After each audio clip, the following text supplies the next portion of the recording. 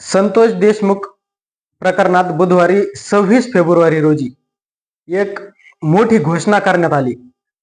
महाराष्ट्र सरकारकडून ज्येष्ठ विधिज्ञ वकील उज्ज्वल निकम यांची नियुक्ती.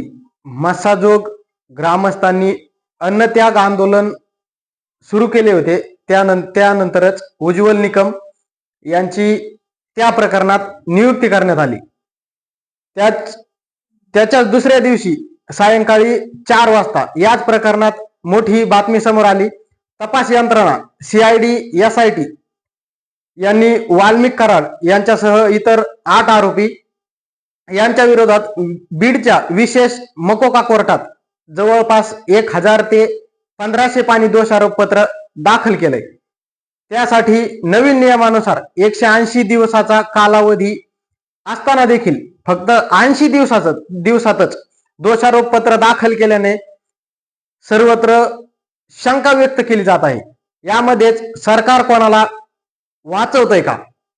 या दोषारोपपत्रात कोणकोणते गौप्यस्फोट होणार आहेत आणि सरपंच संतोष देशमुख हत्या प्रकरणात नेमका मुख्य आरोपी कोण? 5 मार्चला वाल्मिक कराड या प्रकरणातून निर्दोष सुटतोय का?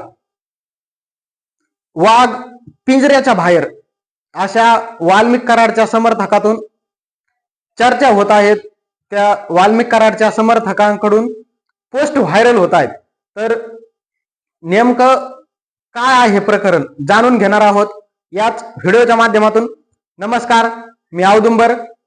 मदत पुरवणाऱ्यांचे धागेदोरे मिळत असल्याने देखील देशमुख कुटुंबियाकडून सांगण्यात येत आहे की कर्तव्यामध्ये कसूर करणारे पोलीस अधिकारी पाटील, महाजन, घुले यांना देखील सह आरोपी करून त्यांना बडतर्फ करावे, निलंबित करावे अशी मागणी देशमुख कुटुंबियांच्याकडून सुरू असताना देखील विष्णू चाटे, वाल्मिक कराडसह विष्णू चाटे, सुदर्शन घुले, सुधीर सांगळे, सिद्धार्थ सोनवणे, महेश केदार, प्रतीक घुले या 8ही आरोपी अटक असताना कृष्णा आंधळे याच प्रकरणात कृष्णा आंधळे अजूनही फरार आहे.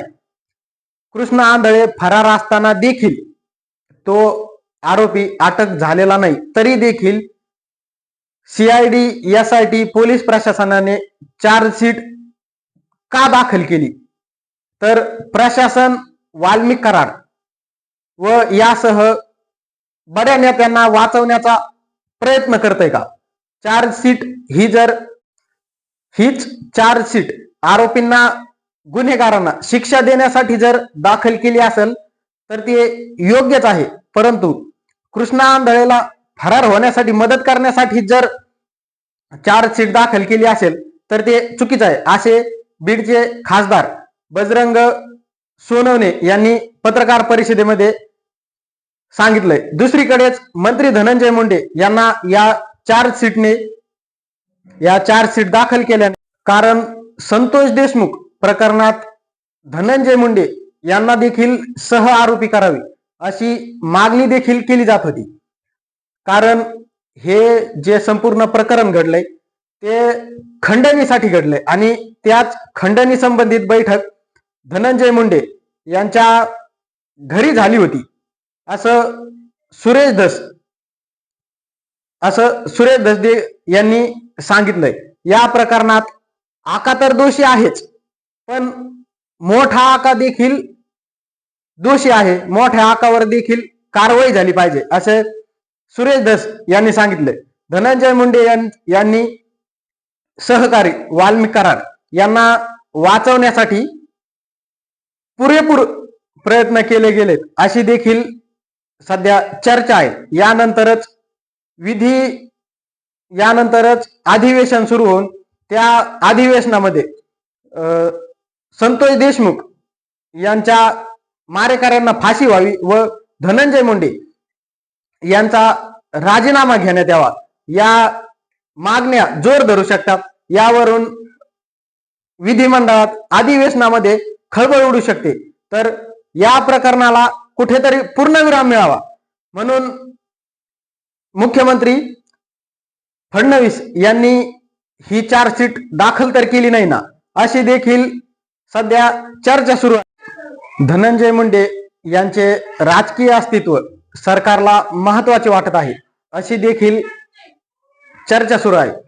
खंडणी ते हत्या यामध्ये वाल्मिक कराड यांचा संबंध केव्हा आणि कसा आला हे देखील या चार्जशीट मध्ये पाहायला मिळेल.